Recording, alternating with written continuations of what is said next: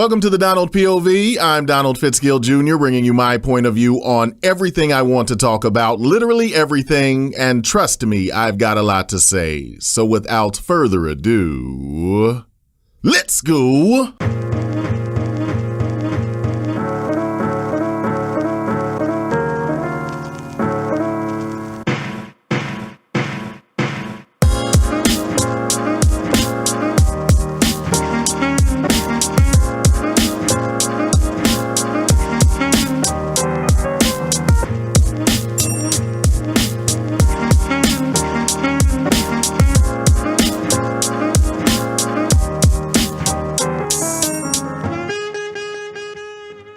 Sarah Breedlove was born on December 23, 1867 in Delta, Louisiana.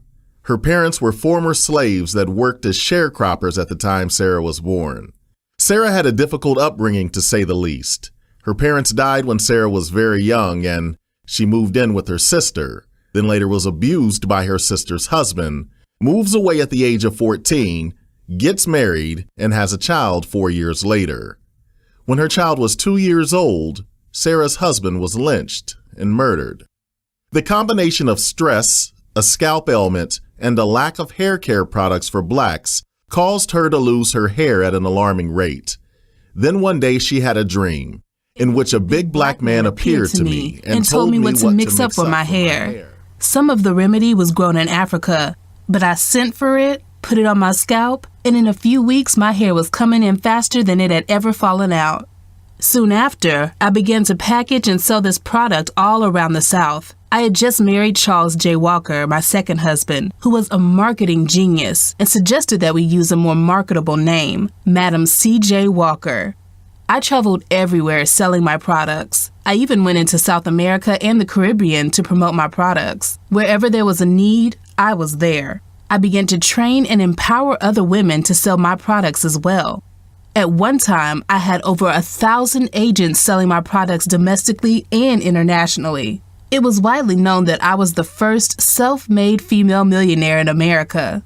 Though with all my success, I found it more gratifying to help lift up other people, the disenfranchised and the forgotten people.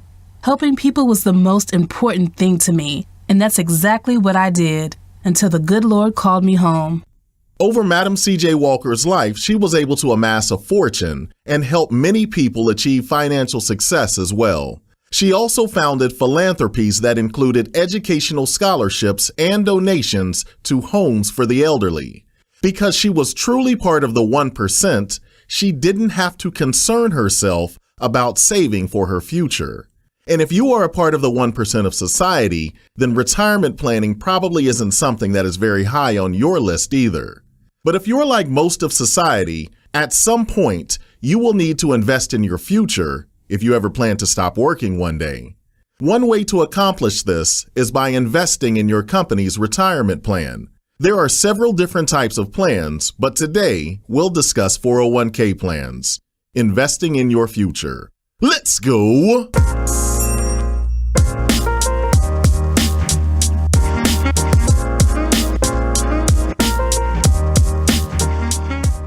What is a 401k? A 401k is a retirement savings plan sponsored by an employer. It lets workers save and invest a portion of their paycheck before taxes are taken out. Taxes are not paid until the money is withdrawn from your 401k. With a 401k, you control how your money is invested.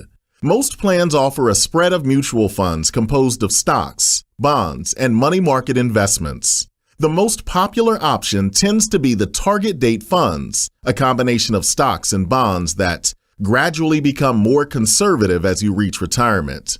Now, many people are put off by the idea of 401ks because they don't want any of their current pay to be reduced. And while that may seem like a prudent decision, you can actually end up hurting yourself in the long run by not contributing to your retirement right away, especially if your employer offers a match. Look, some of the best advice I received a long time ago was to invest into my 401k plan as soon as my employer made it available to me. That way, I didn't even notice that my pay was reduced because I never saw the money to begin with. When trying to determine how much to contribute to a 401k, you should at a minimum be contributing the full amount to receive your company's match, assuming that your company has a match.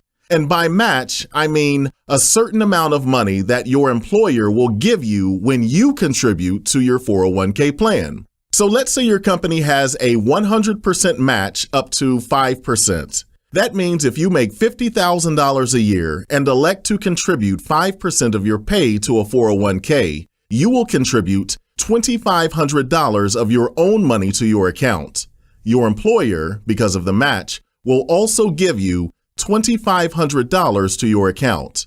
They are giving you money just because you gave money to yourself. I think that's a pretty good deal. So, if possible, you should be contributing at least the full amount to get all of the free money you can. Otherwise, you are essentially throwing money away. Not only does investing in a 401k help secure your financial future, but it also reduces your current tax liability as well.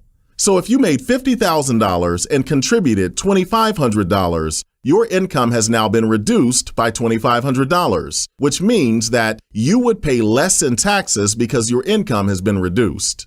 Now, while it is true that there could be a penalty if you withdraw before age 59 and a half, and it is also true that you will eventually have to pay taxes on the money, the hope is that you won't withdraw the money until you are of retirement age and have retired.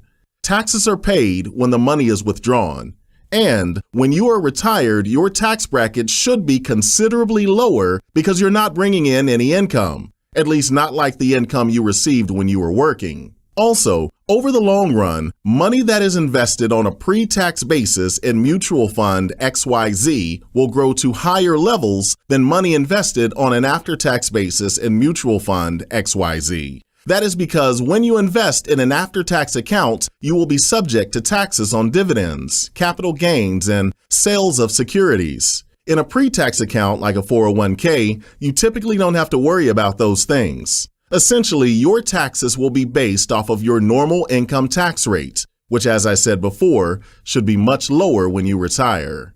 Look, the days of pensions and defined benefit plans are gone. So if you want to retire one day, begin saving for your retirement plan today. No matter your age, just do it.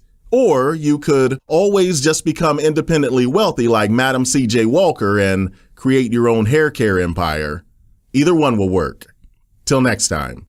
Well, folks, thanks for tuning in. If you liked what you heard, please subscribe on iTunes and please tell a friend about the show. You can reach us online at thedonaldpov.com or on Facebook and Twitter at thedonaldpov. Till next time, I'm Donald Fitzgill Jr. and this is the Donald POV.